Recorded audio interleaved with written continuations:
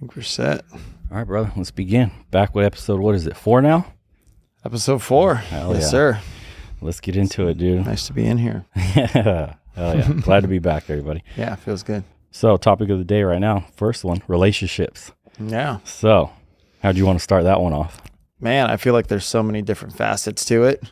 I think the most important one is probably significant others. Mm-hmm. I know there's a lot of dynamics to relationships, family, friends, and then obviously your relationships. Right. But probably the most important one, what most of us, as we get older, we're looking for someone to share this life with, or at least someone to help us get by in our different phases of life. And I feel like we all kind of want that, to some degree. Agreed. I think men, nobody teaches you about women. You kind of stumble upon it, dude. Having a mentor to just show you the ropes is not too common these days. People are just left to guess, or you're just taking what you see from movies, like, oh, I got to be cool James Bond style. And, right. And that shit doesn't work in real Very life. unrealistic, right? It's just movie standards and the Disney happy ever after. And that's just not real life, man. So one of the struggles, how to balance girls. Right. For men. Absolutely. Or even just a woman. Absolutely. And Yes. for me, man, how did it start? I lost my virginity to the school sleaze. Oh, really? Yeah, high school. No experience, nothing. It was kind of funny because porn is such an issue for men, obviously, especially as a young boy going through your teenage years. And man, it's what you see, unexperienced is what you think reality is. So you're thinking like, how they're having sex in porn is reality. And it couldn't be further from the truth. So already you're nervous. You want to perform. I'm meeting this girl for the first time in high school. I'm like, hardly can contain myself and I have trouble orgasming. Just the pressure put on from, holy shit, these guys are massive in porno, or the, performance is so important. Like, you don't want to be laughed at. You don't want to be ridiculed. And you know nothing going in. You don't know anything. Nobody teaches you about that. And then in school, they want to pretend like it doesn't really happen, or abstinence is what they taught in the South where I was from. Like, just don't have sex, period. Yeah, good luck when you're a horny teenager with your hormones on fire. Not happening. Yeah, I couldn't orgasm, and lucky for me, because of that, I performed very well without even knowing. I'm just drilling it like a maniac, exactly, not knowing what I'm doing, but it apparently was good enough for the school sleaze. So word got around that I was laying it down. I was like, nice, cool. Oh, yeah. But yeah, totally. And then I didn't have sex for a while after that. And it wasn't until I got my first girlfriend that I really was learning like, oh, this is how you're supposed to really have sex. Like, this is what real intimacy is like. And porn just clouds that for every male. And it's honestly the same way social media is so toxic for men or women, the same way porn is so toxic for men. It completely distorts your view. It even messes up your libido, your drive. Everything gets thrown out of whack, man. I agree. And I think it's a really strong point that you brought up, because personally for me, I've struggled as well with using and the way it has affected my relationships. And this year has been the first year that I've honestly cut it off. And maybe a couple times this year, some moments of weakness definitely have indulged, but for the most part, just cut it off, not even using Instagram, not looking at anything, just not even touching myself. We follow a couple good pages. We got a couple good homies that have actually come out to Arizona. We met personally. They have some really good information online about abstaining from touching yourself, only releasing through actual connections with women. It's been very powerful for me. I will I will be a testament to that cause, that it has changed my life. It has brought more passion back to my relationships, more passion back to my sex life. It's really interesting what you don't, or actually I should say what you don't realize is happening when you're constantly getting this gratification by watching these videos at night, constantly touching yourself. And also the science behind it, how you're letting go of a lot of your testosterone. Yes. You're releasing it for no reason at all. And you didn't work at all to get anything. Right, it's just this easy, quick release. And now you're left with this feeling that's like fleeting. Right. You're wanting more. And then if you are in a any sort of meaningful relationship, that's going to affect you. You become numb. Yeah. I'll talk about my own personal experience I've had a lot of long relationships, and I've also suffered. I've been able to perform in bed, but I always find that my mind is going to videos. It's taking me out of the moment with my significant other. So now I'm fantasizing about this video I just watched or ideas that I have of what would actually do me better or get me off faster. And now I'm not as connected, as I should be with that person in that moment, which should be a really special moment that you're sharing with someone that you care about. And man, it's just been such a terrible tool. And I don't think we really understand the real effects of what having pornography at our fingertips does to us. And I think we're still learning in the next couple of years. The access, it's so early. It happens so early. It's not like you're in your adulthood. You're just 10, 12. 13, these kids now all have digital, devices that can access the internet and everything. Nowadays, oh my God! At least when we were growing up, you had to at least kind of hunt for it. You had to risk the magazine under the bed kind of shit. Now it's just let me turn on my phone. It's that easy, man, and quick. It's prevalent like sexual content or mature content these days. It's everywhere. It's all people talk about. It's go on TikTok and all you see is girls dancing, very sexualized. All the little boys are seeing this, so they're getting some softcore porn by the time they're 12 and then moving on to hardcore immediately. It's like, absolutely shit, by the time they're 12, they're probably 7, 8 years old getting this stuff, because everybody, your parents want you to have a phone when you're a kid. So yeah, good luck with parental controls, because that douchebag kid in class who has no parental controls is like, here guys, everybody check this, exactly. Is sick. They're sharing. Yeah, they're sharing. You can't stop it. Your kid's phone might not have the access, but his best friend's does. The only way is to educate, and it's honestly, the destructive nature of porn to men is so understated. Like I was watching the Huberman podcast, and he actually talks about like tests they ran on subjects to see your testosterone levels, and it was like if you were watching porn, you get a 10% increase in testosterone. 10%, because it spikes you up. You're getting ready for the mood, I guess, whatever. Now, if you are having actual sex with a woman, you have 70% increase in test, right? And then there's the no fap crowd that you hear, the abstain. They're actually correct, because according to the Huberman podcast, it's if you abstain completely or have sex without ejaculating, you can raise your levels up to 400%. Very interesting. Up to 400%. So abstaining works, or having sex without peaking, orgasming. Now that's a whole nother level. Yeah, that's kudos to those savages that are able to take it to that level. Well, that's self-mastery, man. Yeah, absolutely. And that's kind of been my goal this year by abstaining from touching myself other than being with somebody, having a real connection. And I've noticed my sleep's better. I wake up more motivated. I'm ready to get after it. I'm ready to conquer the day. Like a lot of these factors, like which I didn't believe in, obviously, when you're younger and you're right. And you're like, man, don't give me any of that crap. I'm going to do what I want. I'm going to touch myself as much as I want. It's really interesting. I think a lot of guys out there should at least experiment with yourself. Try it. You might not even realize what sort of addiction you have until maybe you try to just go 1 week without it, and you'll start noticing these weird urges. Especially, obviously, I feel like how most guys, it's at night, Right. So your toughest problem is going to be right before you go to bed. Because I used to use it as like sleep medicine. It's like, all right, like, pacify yourself. Yeah, pacify myself. I'm going out. But then I noticed it's harder to wake up. I'm sleeping longer. I wake up with less drive, Your less edge motivation. is gone. Yeah, the edge is gone. I mean, that's a real thing, especially getting ready for tournaments and stuff like this. Like when I know I'm going to have to be firing and be on, it's like, yeah, I'm going to definitely abstain. But I think it's real interesting that you brought up when you actually connect with a real person, those numbers go sevenfold. Yeah. Yeah, that's real interesting. So, yeah, man. So that's the dangers of porn. I mean, everybody's heard about it. It's been harped about, but I don't think anybody really knows until they try. Right. So let's go. The balancing girls thing, man, relationships. What do you think is, like, describe a healthy relationship, maybe your own, and then how have they fallen apart, or why do you think they tend to fall apart?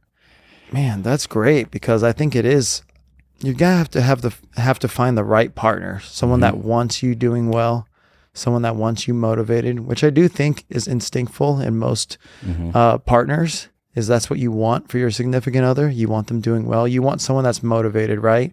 Like no one's looking for someone that's a slob and doesn't have anything going. But at the same sense, there's more than just wanting that for someone. There's someone that's going to support that, someone that's going to aid you in your cause. They're going to notice when you're slacking and want you to do better. And that's really strong. I had this 3-year relationship. This was probably about 6-7 years ago, but I had someone that wanted that for me, that wanted me to be better, but I wasn't in that headspace. I was in that lazy video game headspace. I want to smoke some weed and do nothing all day. And that's really tough because I noticed it kill the vibe, kill the mood. So they're trying to grow while I was stunted. And now slowly the relationship's falling apart. And all of a sudden, instead of blaming myself and realizing what I was doing, you start to look for the faults inside them and start to use that as like this reasoning that it's not going to work.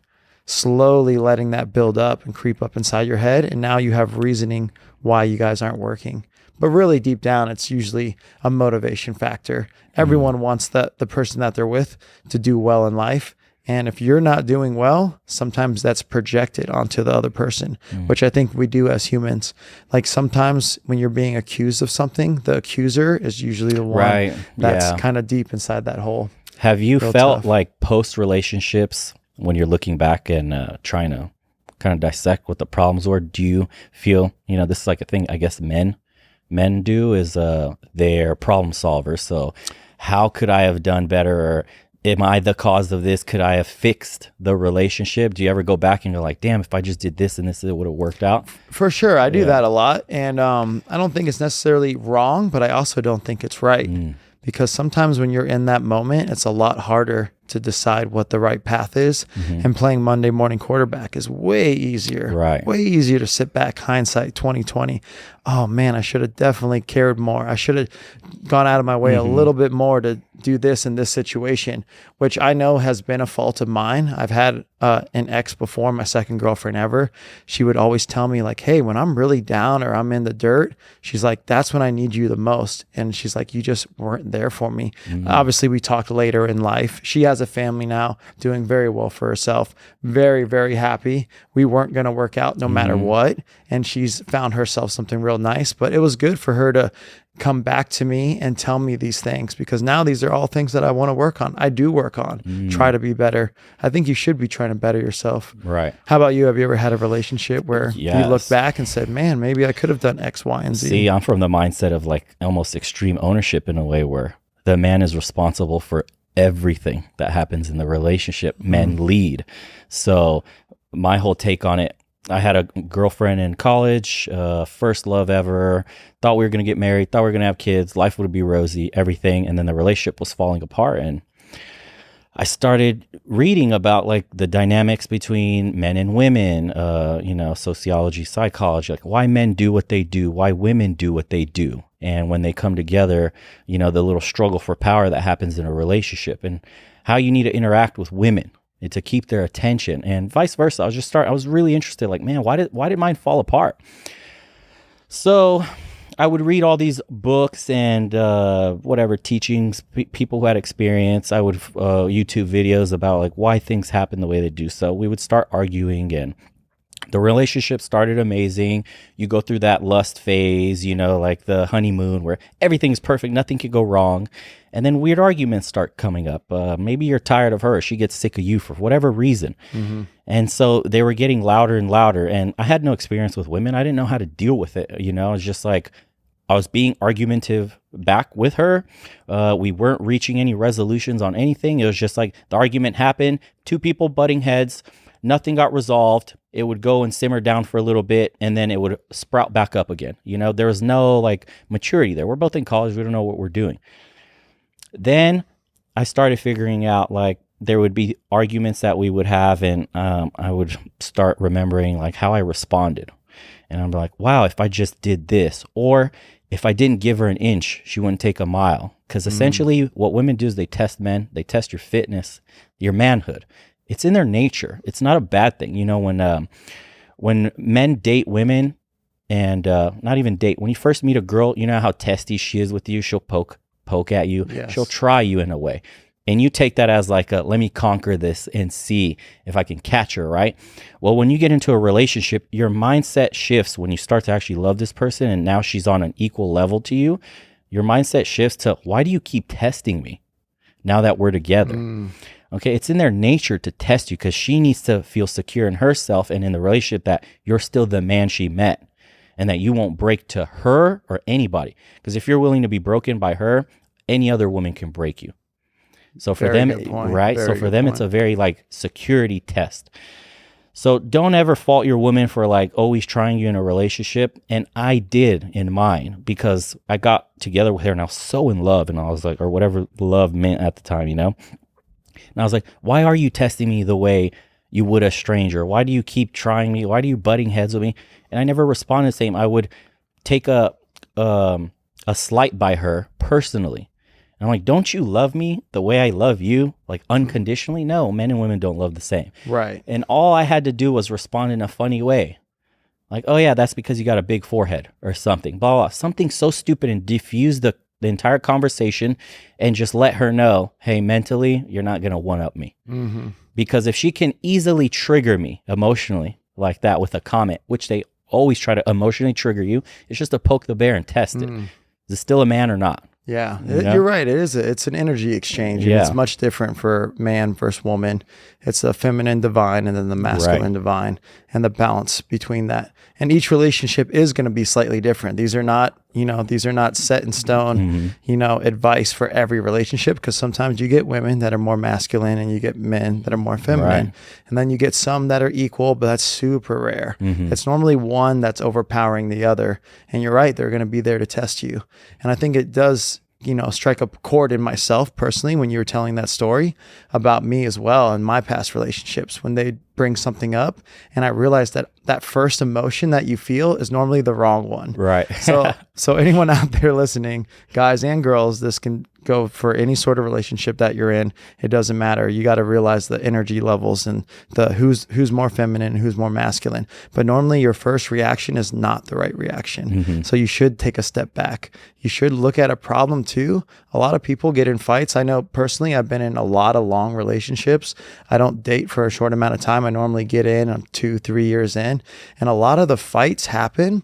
And instead of teaming up to fix the problem, like you said, it's one versus the other and who's going to win, who's going to be right, when really you should have two people coming together to focus on the problem, whatever that might be. Right. Which does get harder the longer you're in a relationship. Right. So keeping that spark is another thing that people forget. You start becoming friends and losing the lover aspect of your relationship. So this is what men do. When you first meet that girl, you kind of don't care about her that much, right? And then what you do is you respond to texts late. You only hang out a few times. You show little to no interest. And then that's what draws them in. Women love attention, and this guy's not giving me attention. Why? So they try harder and harder for it. Once you start falling in love or getting feelings with this woman, you typically start giving too much attention. You're responding too fast to text. It almost seems like you're not living for anything but her. That's unattractive to them, right? So then your relationship starts going south, like you're saying. You start getting into all these little arguments because she feels like you're not valuable anymore. You don't hold the same value as that guy that I had to try to get his attention. Now, the moment I text this guy, he's available. The moment I say, let's go do something, he's doing it. You know what I mean? And guys don't understand this. You're thinking like, oh my God, I'm getting feelings for this woman. I want to treat her equally now instead of how I was before, as if she didn't matter. And now the dynamic's different. Now the dynamics change. You essentially exchange power. You lost yours. Like the most important thing to keep a woman's attraction is to be, first, love yourself. 2, love your career. 3, love your family. 4, she's number 4 on the list. If a woman ever tells you like, I need to be the most important thing in your life, absolutely not. You will be number 4 on the list at best, and keep it that way. There's nothing wrong with that. There's nothing wrong with that because women love men that are on a mission, that have ambition, that have a goal in life, that are ruthlessly pursuing something. That is attractive to women. What's unattractive is if a woman gets that guy hooked and then he's willing to throw away everything that made him that guy for her. Because again, it goes back to that weakness thing. If she can break you that way, any other woman can break you that way.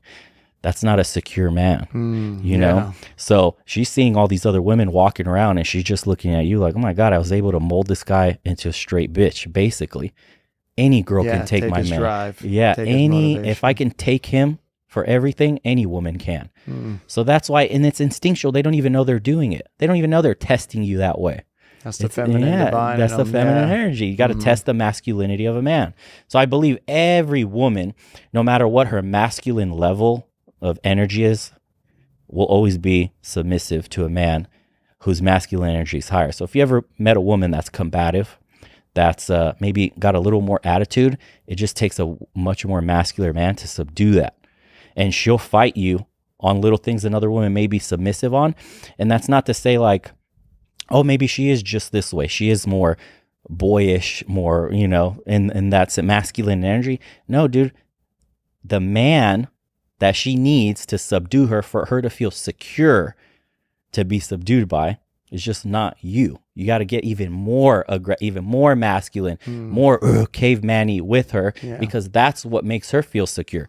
And it could stem from her father. Could have been some ultra alpha, makes all the money at home, comes home, the wife, everything gets cooked, the traditional relationship. He's a straight boss. He holds his household down. That's the man she's going to model her relationship off of. That's the shoes you're filling when you get into a relationship with a woman. If you get into a relationship with a woman that's has a weak father figure at home or no father figure, then she's going to be that type of girl that like tells you off, do this, go clean the house and do that. It's just watch the way the mother treats the husband.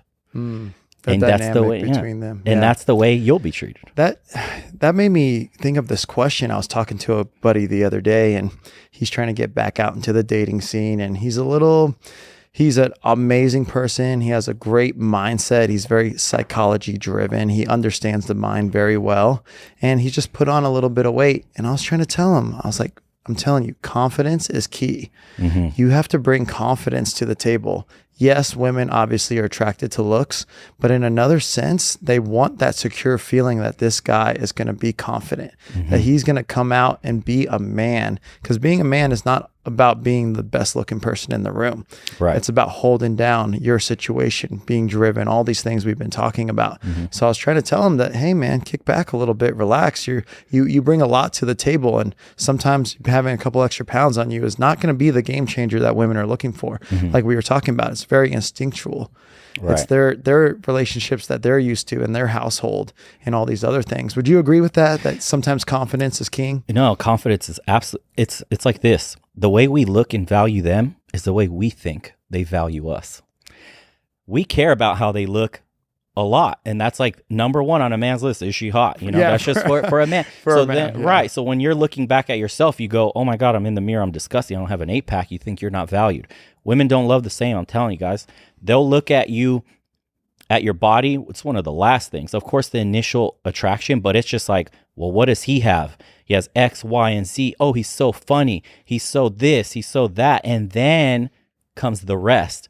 You know, a woman has to, that's why when we have sex as men, it's easy for us to just have sex and then discount everything else. But a woman needs the emotional connection first in order to have sex and enjoy it. So they're looking for all the other little things. So if he has the confidence, he's funny, he has cool hobbies, he just an interesting life, can overcome a few pounds. It's not a problem. But on the reverse end, a man only sees those few pounds on a girl first and then discounts everything else after. Right. He could be missing out on just a real treasure. Well, how many times have you seen a really smoke show, dude, a 10 with like a ugly, goofy dude? Very common, right? Fuck, and normally not vice versa. It's normally not vice versa. Yeah. So it's real. Yeah. What he needs to do is... That's a great point. How long has he been out of the game for? Years? Probably just 1.5 years, 2 years. Okay, yeah. So but the relationship before was one of those ones where you think you're going to marry him. Oof. You think it's going to be the lifelong one. So I think, it's more so the confidence has been crushed, and he just needs to build it back up. It's just getting out there, doing things you're uncomfortable talking to women. It's been a while, man. You're rusty. It's nervous. You got to reconnect with someone. You know, it's those feelings suck. Me personally, I've been out of a relationship for a while now, and I am practicing the abstinence thing. I'm trying to do a little Spartan mindset. Are you? Okay. Yeah, no sex, no nothing, no candy, no nothing. I'm like minimalist on everything. So I can already see, though, I see an attractive woman and I'm like, oh, I want to go talk to her. I'm like, oh, it's been too long. You know, I'm getting rusty. What do I even say? Those weird things are creeping up into my head now. From before, when I was in college, I would just go right up to him and be like, oh, hey, I just noticed you here and blah, blah, blah. I want to say hello, introduce myself. Now I'm like, ugh. I like where you're going with that, though, and I think you're on the right path because, at least for me personally in my life, things have always happened when I've stopped chasing. And that's the law of attraction. It's very common. I'm sure most of our listeners have understood this or heard it before. But when you're chasing something, it gets further away. And when you just accept, work on yourself, and focus on what your goals and ambitions are, everything else starts to fall into place. 100%. And I really do think that's something that women can pick up on. It's something that's very instinctful. I think it's something that's in our DNA, and that's like an unspoken truth. At least I've noticed it for me personally in my life. Almost all the relationships I've met are always at times when I'm supremely self-confident. I'm on a mission. I'm on my goals and driven and working towards me. They can smell it in. Yeah. It's called outcome independence. Like a woman can sense when you're willing to walk away, and she doesn't really matter like that, because it's going back to the thing we said, when you start falling in love with a woman, you're no longer outcome independent. You don't want her to leave. You start supplicating.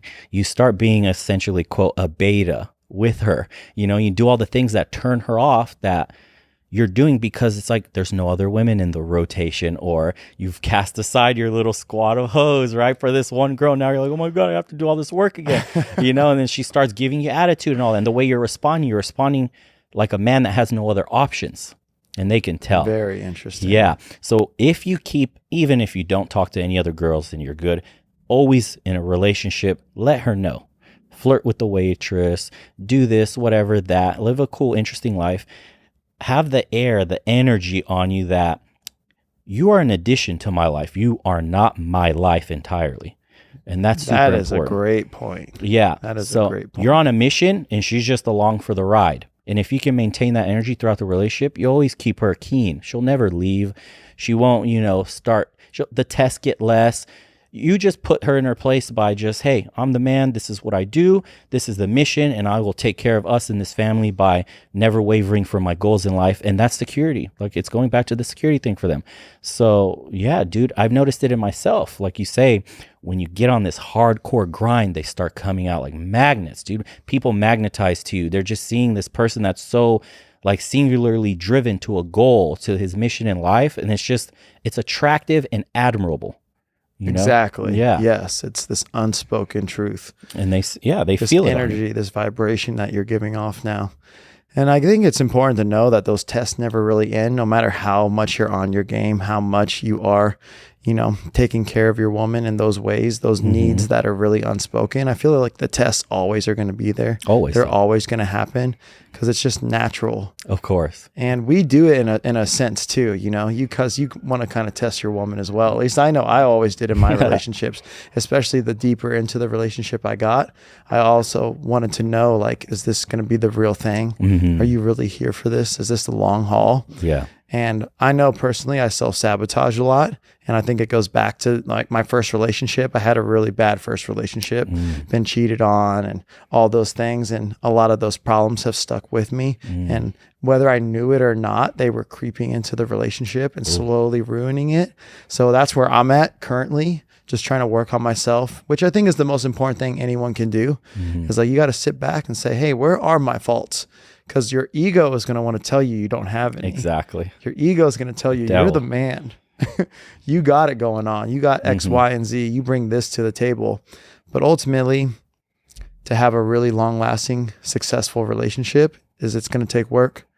The work's never done. Right. You're going to have to be there. There's no happily ever after Disney, we're in love forever. It's just constant work and understanding that you have to keep your partner's interest. That's why people fall off when they get in the relationships. They get fat. They get lazy. Why is that the common trope, right? Dude, it happens to everybody because you stop working out like you used to. You cast aside, for men, this is what happens, what we just talked about. You cast aside all the things that made you the man she loved, and now you're using that time on her, strictly her. You're not going to the gym anymore. You're not eating like you're like you used to. Now you guys are going out to eat. You're eating bad food together. You're smoking weed together, doing dumb shit. You skipped a few classes of jujitsu because you wanted to hang out and do this and that. And then over time, now you wake up and, oh, you're 10, 15 pounds overweight. You don't look like you used to. You don't behave the way you used to anymore. Yeah. And then same for her. She gets comfortable too. This is why I say it's like, it's all on the man. Because if you set those boundaries in the beginning of you are the mission, and you're the most important thing yourself, love yourself first, they'll fall in line. You know, it's not a problem. If you're every day going to the gym and killing it, we have a friend out in California that's like dealing with this issue right now. He's constantly teetering between working out and stopping, and he's tried to blame like, oh, well, my life, this and that. And then when he stops working out, his girl stops working out. And then he complains that, you know, maybe they gained weight or whatever. And I'm like, no, bro, listen. Stop trying to get the whole family to work out with you and be healthy. You're the man. You lead by example.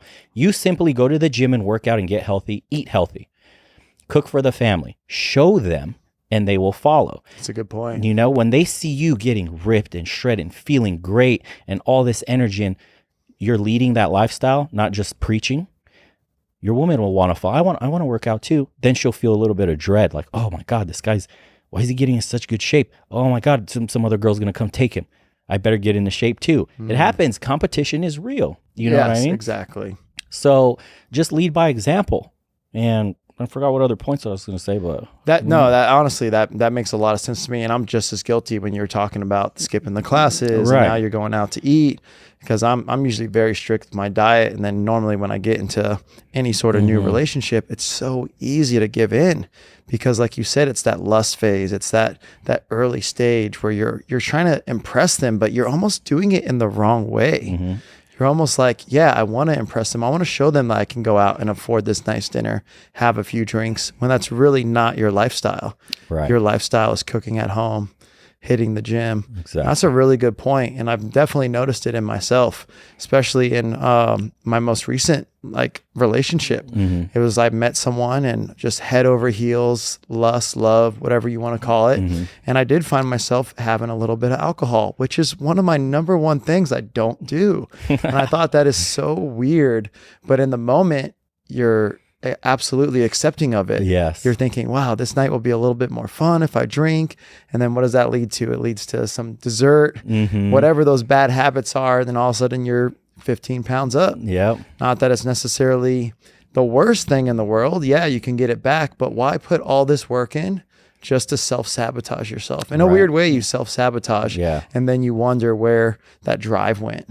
Like, why are you giving up more of this time? Why was your foot coming off the pedal just a little bit when you had all this ambition, all these goals? Why are problems sprouting up in relationships, personal life? Exactly. Yeah. It's very interesting you brought that up. It resonated a lot with me, and I hope it resonates with other people too, because I think we're all guilty of it, no matter how much into your habits and your routine you are.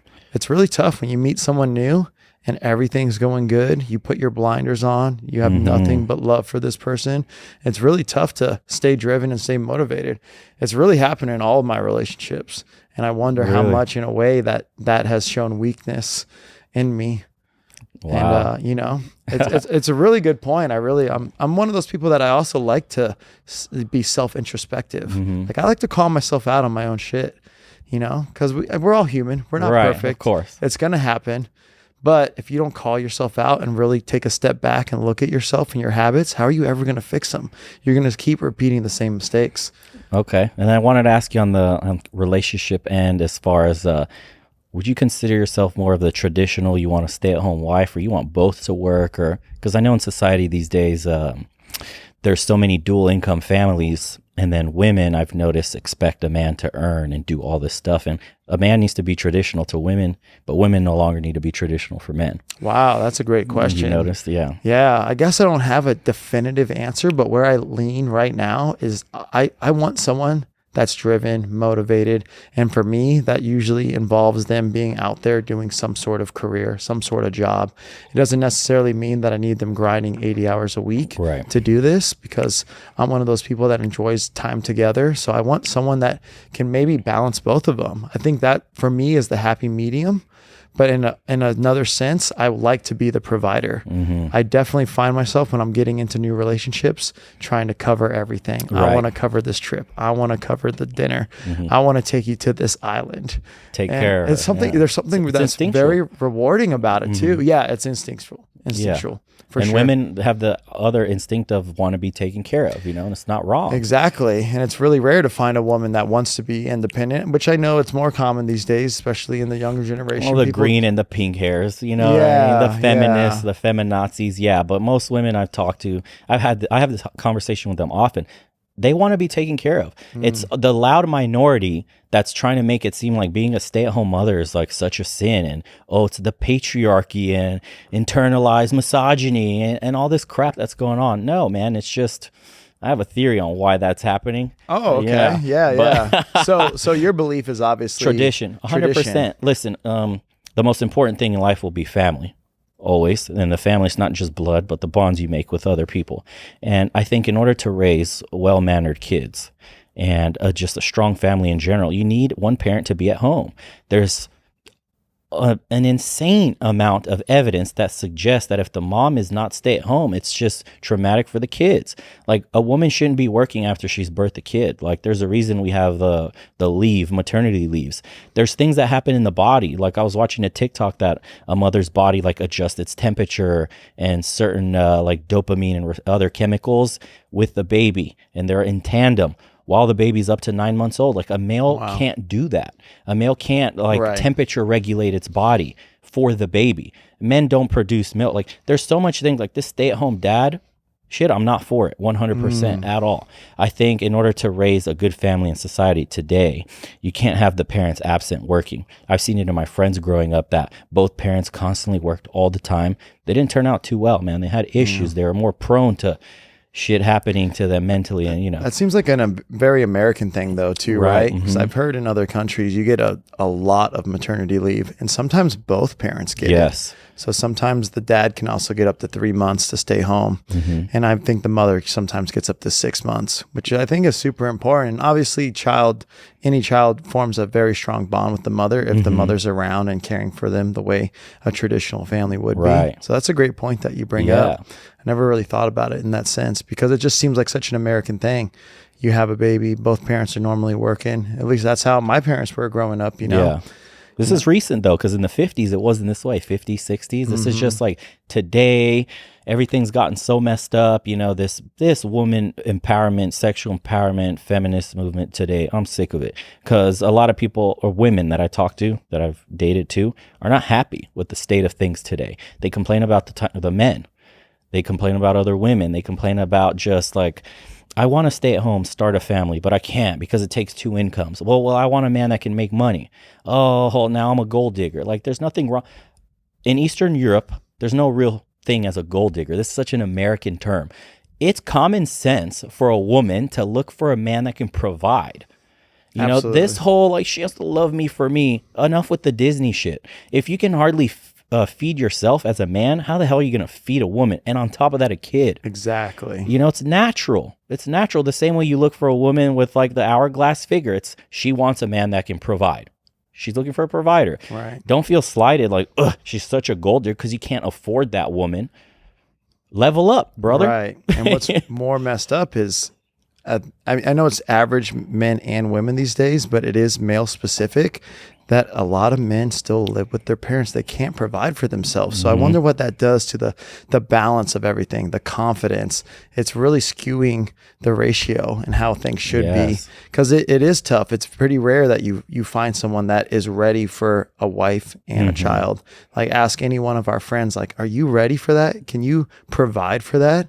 And the answer is going to be most commonly, no, I'm not ready. I mean, obviously people do it and they make do with what they have, but I think that's what leads to these imbalance in relationships, high divorce rates, unhealthy upbringings in the children. Right. And it's like, look at the single motherhood rate today versus what it used to be. Look at, you know, if you go back to the single motherhood rate when it exploded, and then look at how society's advanced now with like gender identity and all this crazy, like, mental health issues have exploded, you know, depression, anxiety. People are just lost, man. Like, roles today are not what they were. People are forgetting like what a man is, what it is to be a man, what it is to be a woman.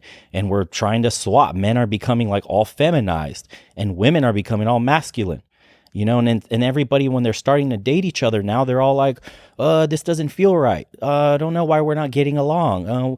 A woman will complain, I have to do everything. My husband's clumsy, or my man is dumb, or he just sits home and plays video games all day. He has no drive. He probably doesn't even have a job. She's out there working, earning her. It's so twisted in the reverse.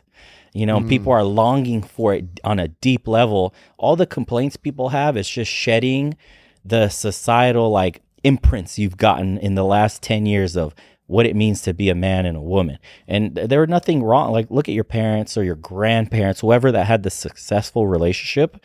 Just look at what they did, man. It's very basic tenets. Don't have like this men and women can be friendship. Stop it. You know what I mean? Did your grandparents have opposite sex friendships? No. Doubtful. My parents sure as hell don't. My mom or my dad never hung out with the opposite sex alone. Never consider them friends. Right. You know what I mean? When you get in a serious relationship, cut that shit off. Why? Because there's sexual energy there, no matter how much you want to say there isn't. If the girl doesn't want to sleep with a guy, the guy usually does. Exactly. He has secret. We know this as men. Yep. As a man, you understand. You know, that's why dynamic. Right. And you try to tell her that guy's not really your friend. And she goes, yeah, I've known him since I was like 10. I had this with my ex in California when I was in college. So she had a guy best friend. This was the funniest shit ever. She has a guy best friend, known him since like kindergarten. She's gone through, obviously, we're now in college. They've grown up together, brother and sister relationship, whatever. And I would tell her, I'm like, that guy's not really your friend. He secretly is in love with you. And she would deny, absolutely flabbergasted that I would even say, I've known him since I was a kid. Our parents know each other. And I was like, what about, you know, so your other guy friend? She's like, okay, maybe some of the ones I met in college that my friend I can see. And I was like, no, all of them. And I was like, unless you're really ugly or something's really wrong with you, it's not a thing. Sure enough, me and her go through a like turbulent period of on and off again. And the guy makes a joke of, let me take care of you. Why are you messing with all these guys? Kind of little inside jokes between them. And she just laughed it off. Like, would never think of it as some serious. And then he got serious with her. And he's like, no, seriously. Let's be together. She was so disgusted that when me and her got back together, she told me the story and she's like, I can't believe it. And I was like, what is there to not believe? You're attractive. He's a man. He has needs and wants. That's how it is for guys. And I think it is hard for certain women to understand that when you're in a relationship, or if you do want a relationship, but you have a lot of guy friends, you have to understand that these guys, they're going to constantly tell you that you're just friends, but they'll wait for that moment. They'll wait for any time that the door opens, moment of weakness, any crack, they're going to go through that door. And it's just the reality of the situation. And as a woman, if you can't understand that, that's fine, but you should be accepting and knowing that, like, hey, that's your choice if you want to have guy friends, but you should know that that's a break for me. It's going to mess up the energy in your relationship. And that's fine. If that's what you want to do, freedom of choice, you live the life you want to live. Yep. But if that's your choice, you have to understand that the energy dynamic is going to be different. That for me is an automatic no-no. And same for guys. If you're going to have a bunch of girlfriends and you have a significant other and you're going on one-on-ones with your girlfriends, you have to understand that you're going to mess up the energy in your relationship. Exactly. Why put that out there? Why put that risk out there? Or if you, I mean, it just depends. Maybe you don't really want to be in that relationship, and that's fine. But hopefully you understand the dynamic and what you're doing. So if you really want something serious, I really do feel like there's a time and a place for everything. Right. Or to hang out with your friends in different social situations. Nice guys, dude. It's the nice guy. The nice guy game is the long game. There's a reason women are disgusted by nice guys, just naturally, instinctually. Nice guys finish last. Do you know why? It's simply because this, and it's something I learned from Patrice O'Neill. Is a funny comedian. If you haven't, he used to have a show where he would take callers in that would have women problems, and he would explain it to everybody. A man So we obviously call girls, let's say that sleep around a lot, hoes. And as men, we don't seem to value them as much because they're giving away something sacred, sex, so easily. So back to evolutionary days, if she's so easy to sleep around with, then that kid probably won't be yours. You know, she doesn't make a stable home. You're not trying to put all your resources as a man into something that's not your seed. You're not trying to go extinct your bloodline, you know? So when she reproduces, she automatically knows that kid's hers. You don't, you know, so that's the risk. So inherently, we look for women that aren't promiscuous. Okay. On the flip side, for men, the hoe version of a man is essentially called a time hoe. Nice guys, what they do, because women control sex, men control commitment and time, attention. Men crave sex, women crave attention. If you're a man and you take a girl out to the movies, you do all the boyfriend duties without getting sex, you're hoeing out yourself, your value. Women know this. This is why they keep guys orbiting around them. Essentially, a group of guys that are just friends because they're taking advantage. Every woman has like a roster of backup dudes for when you slip up. It is what it is. Their DMs are full, everything. They'll go out with these guys. He's just a friend. This is why they love saying, he's just a friend, don't worry. Yes, because she's getting all the boyfriend duties, everything for free. If the moment that guy demands sex, he's either going to get it or not, and mostly not.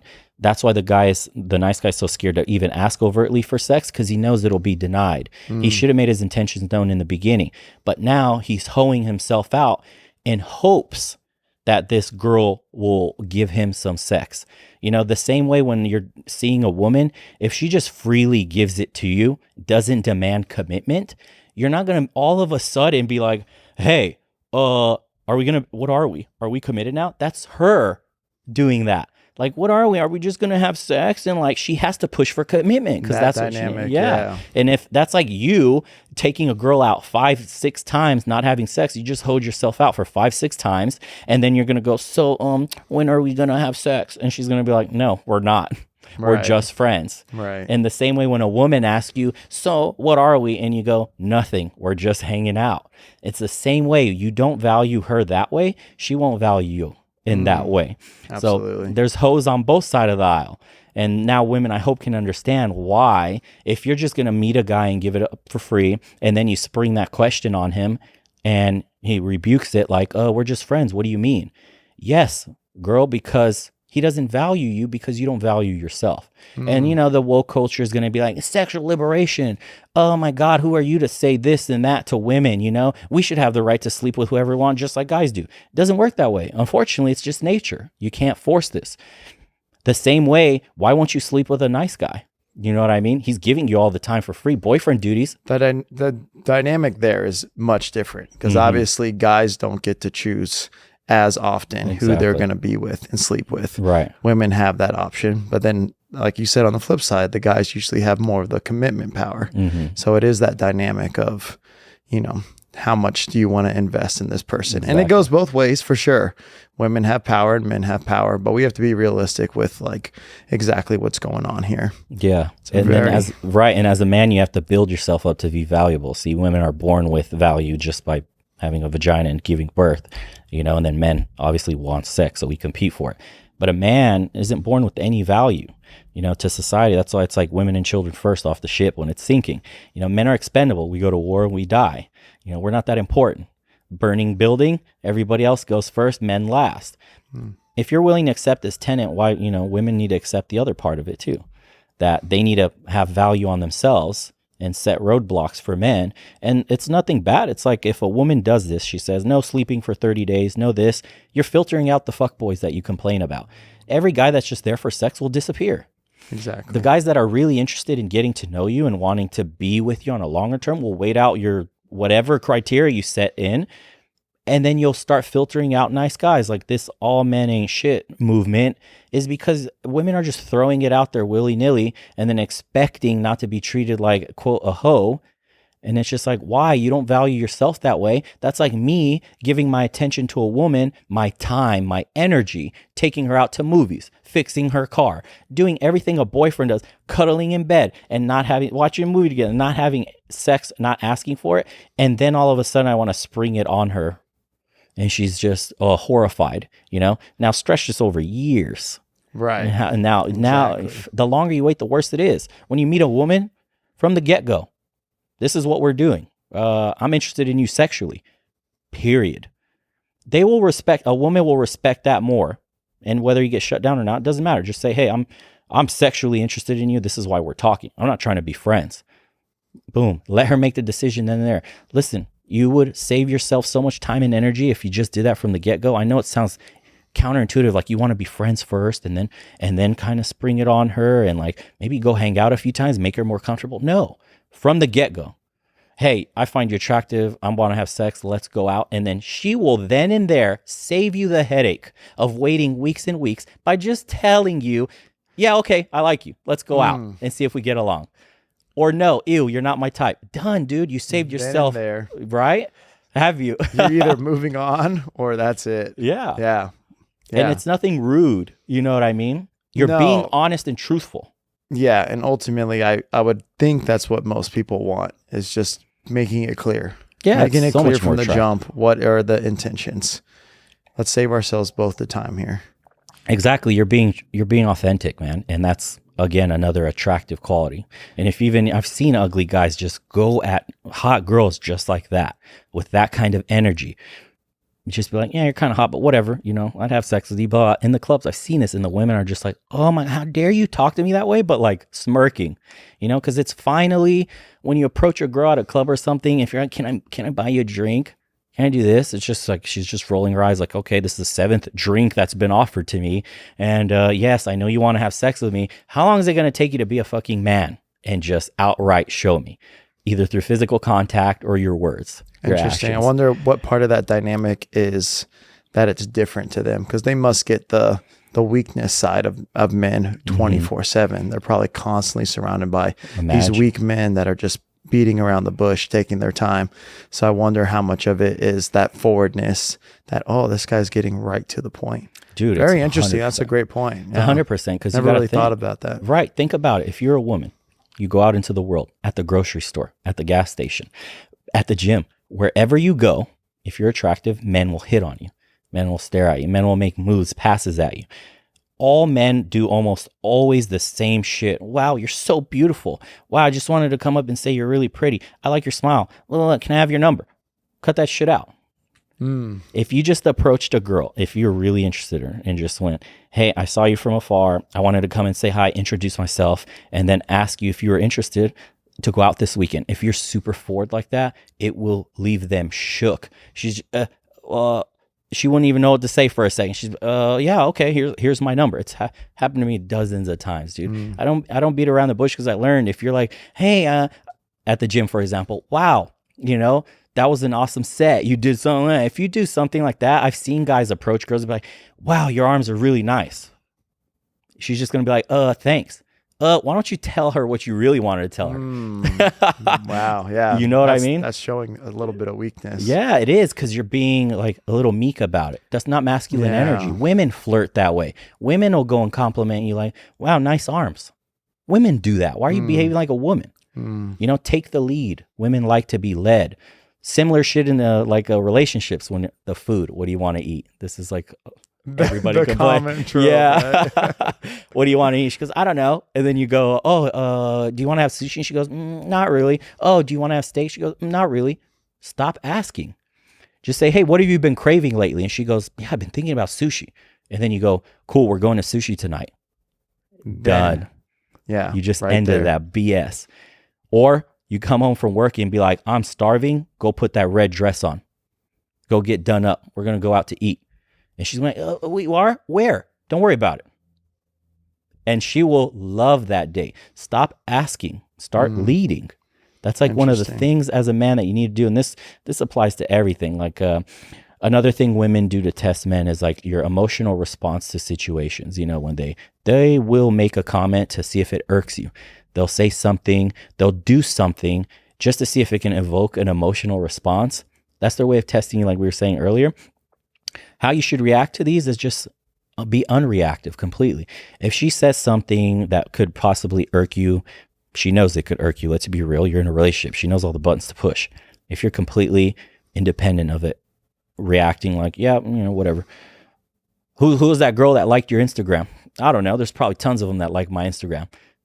An asshole remark like that completely dismisses her comment, then she'll be like, whatever, and just crack a laugh too. If you go and say like, I don't know who that girl is, and like, let me look, and I met her, she's just a friend. And you just went down the path of losing that argument completely. Respond nonchalant to whatever. I bet you get a lot of girls messaging you. Yeah, my DM's full of them. It's crazy. That overreaction in the other direction is just going to be like, oh, you're such an idiot. And then she moves on with it. You just got a little test.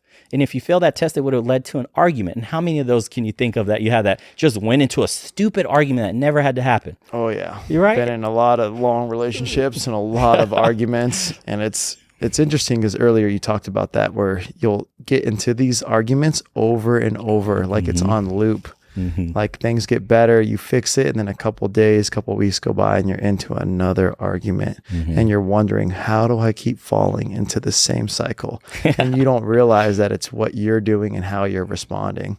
Just as guilty of it as anyone else, but it is interesting now hearing it, when you hear it from someone else too. And if you can look back and see your behavior and you go, whoa, okay, I am showing signs of weakness without realizing it. You think you're fighting for yourself, but you're doing it in the wrong way. Women are smart, dude. They are. Manipulate you and it's almost passively. instinctful for them. Yeah. So, and then another one is values. Okay, so what women bring to the table, obviously past sex. Okay.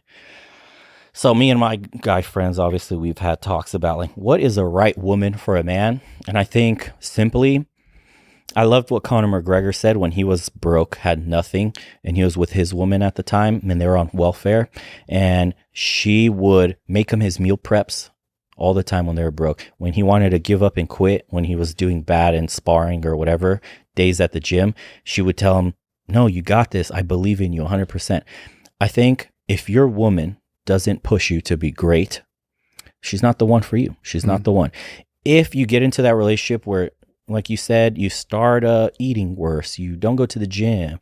If that woman doesn't call you out on that, she ain't the one. She's not there for you in your best interest, because let's face it, if you're going to get in a relationship with somebody, whether guy or girl, bettering them betters you also. What's good for them is good for you. You're a team.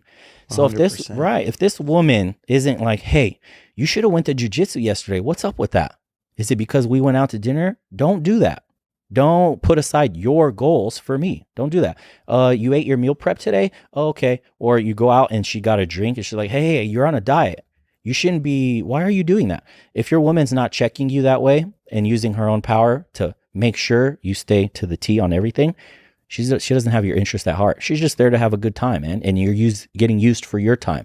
And you're constantly losing your masculine energy every time you let go of these like goals you have. I don't want to drink alcohol. You just drank alcohol. You broke there. You'll break somewhere else. The momentum starts. Exactly. A slippery slope. Right. One thing leads to the next. Right. So a valuable woman to a man, that's why I do believe in this. Like, I might be shitting on women here and there, but it's like behind every great man is a great woman. Where would Connor be, or all these other men that had these super supportive feminine energy, women nurturing, that was in the home, making sure the guy comes home to like incredible energy, meals are cooked, this everything, the nurturing nature of a woman, that's being lost today is so powerful, that can spring a man to do incredible things that he never thought would be possible. These are the women men should be going after. Like this whole Instagram thoughts shaking their ass, you know what I mean? It's just the flesh. Your eyes see all the flesh and the wants, and that's not what you need in your life. That's just the lust. You want to have sex with this girl, and then you find out she's absolute ditz. She's got nothing going for her but shaking her ass. She provides no value to you, but yet you're mesmerized by some titties shaking on screen. Exactly. You know what I mean? So it's like, as a man, look for a woman that can offer you much deeper things than just her body. And that's just the support, because you'll get so much further in life. And I've noticed it with, and you'll save yourself headache too. I've noticed it with older men that have been in committed relationships, and some, have destructive divorces, some not.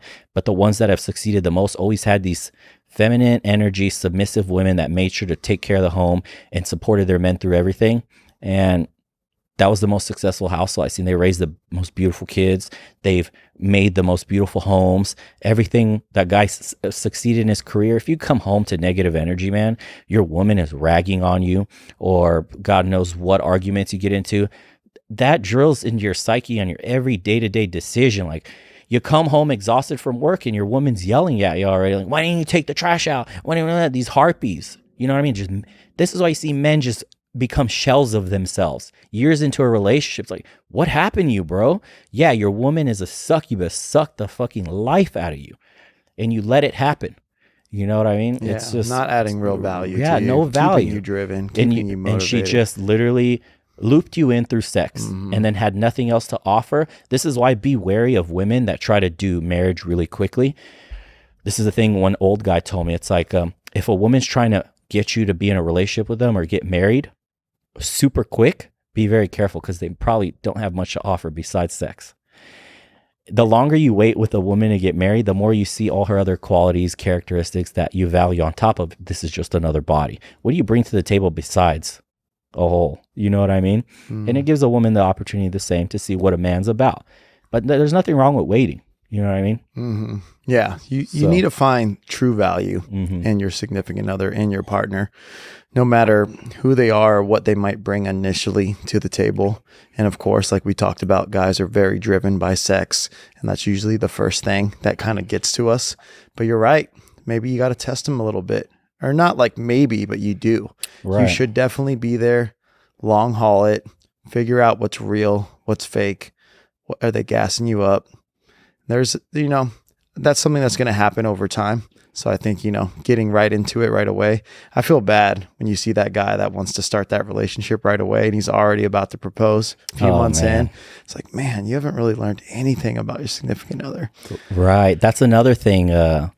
That's perfect that you brought that up, because it's like experience. Men need experience. Men need to go out and experience different women, because you're not going to know how to really even treat your own woman until you go through a couple of them.